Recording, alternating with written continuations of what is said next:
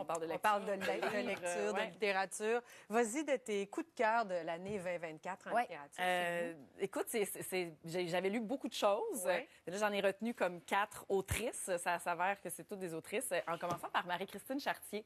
J'avais envoyé une story sur Instagram. Voyons, qui veut tout traduire. Une story sur Instagram, dire c'est quoi vos suggestions de lecture? Et l'autrice elle-même m'avait écrit mes livres. Puis là, j'avais fait j'ai le goût de ces livres-là.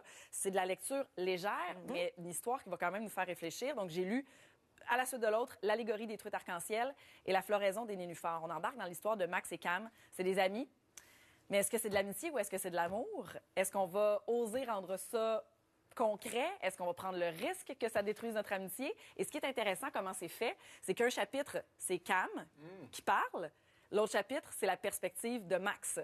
Donc là, tu revois une situation, comment les deux ont eu un regard différent sur quelque chose. C'est comme ça dans les deux livres? Dans les deux livres. Okay. J'ai beaucoup, beaucoup aimé. Je trouve que ça se lit tout seul, c'est apaisant, c'est réconfortant, puis ça fait du bien. Fait que Marie-Christine Chartier, merci de m'avoir écrit.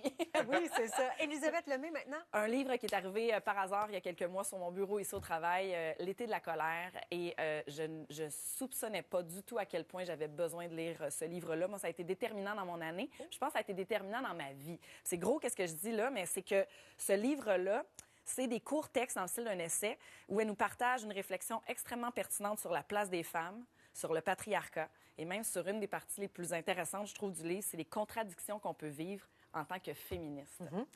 Et ça a ouvert une porte dans ma tête. J'ai fait comme, OK, il y a des choses qui me fâchent depuis des années, il y a des situations dans lesquelles j'aime pas me retrouver, des choses que j'entends qui me font grincer des dents. Au lieu de juste vivre de la colère, je veux comprendre davantage. Faire quelque chose avec ça. Faire quelque chose avec ça. Et l'autre livre traînait chez moi depuis longtemps. Puis je me disais, oui, je veux le lire parce qu'India Desjardins, je l'adore. Mais, tu sais, on dirait que les livres, ils arrivent dans ta vie au moment où tu as besoin de les lire. C'était une réponse à ce que tu venais de lire de... Un peu, c'est une suite, je te dirais, parce que c'est son livre qui est sorti en 2021, Mr. Big, ou la glorification des amours toxiques. Et le timing était parfait parce que dans ça, elle décortique la relation entre Mr. Big et Carrie dans Sex and the City pour nous amener à nous demander comment est-ce que la fiction peut influencer notre regard du monde, comment les comédies romantiques ont eu un impact au fil du temps sur notre relation avec les relations amoureuses, notre façon d'être avec un amoureux, une amoureuse. Puis est-ce que la finale qui fait encore réagir aujourd'hui est aussi heureuse qu'on peut l'imaginer? Le mot pertinent, là, ça revient aussi pour cette œuvre d'India Desjardins. Ouais. Puis le scénario, c'est qu'à un moment donné, tu es dans une librairie, tu mets la main sur quelque chose, une petite surprise, c'était quoi? J'étais à Boston, Harvard Bookstore. Et les livres, bien dans une conversation. Mais vous voyez comment les livres sont rangés, puis on voit que les côtés de livres. Je suis tombée sur ce que je tiens dans mes mains juste en voyant le côté du livre, parce que je suis rentrée dans la librairie, puis j'ai un peu demandé à la vie, envoyez-moi vers le livre que j'ai besoin d'avoir. Juré, je fais souvent ça. Je suis comme, envoyez-moi vers qu'est-ce que j'ai besoin de lire.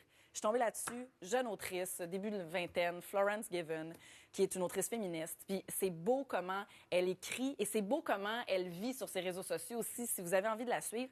Et donc, je suis allée aussi chercher, oui, ce livre-là, Woman Living Deliciously, mais aussi son précédent, Woman Don't Owe You Pretty. Puis ça permet de comprendre comment on peut solidifier notre lien entre femmes.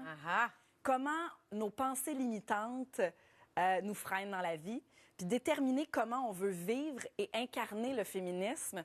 Donc, toute cette colère que je ressentais depuis des années, ça s'est rempli de douceur à la place. Ça a été remplacé par des mots pour expliquer ce à quoi je peux être confrontée parfois. Puis j'ai eu tellement des belles discussions avec les humains qui m'entourent cette année grâce au livre. Oui.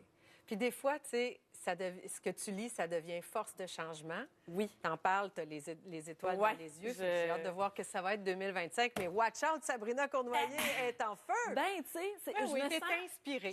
J'ai l'impression d'avoir repris un pouvoir dans ma vie. OK. C'est comme ça que je me sens. Le titre du dernier est bon aussi. Là. Il parle. Les femmes vous doivent rien. Oui, exact. Voilà. On te doit pas, genre, d'être belle, d'être cute, de te sourire quand ça te tente que je... Tu sais, comme, c'est très puissant. Fait que je trouve ça... Je mets ça dans vos vies. Je sais que féminisme, patriarcat, c'est des mots qui font peur parfois. On va se braquer, on n'a pas le goût d'en discuter.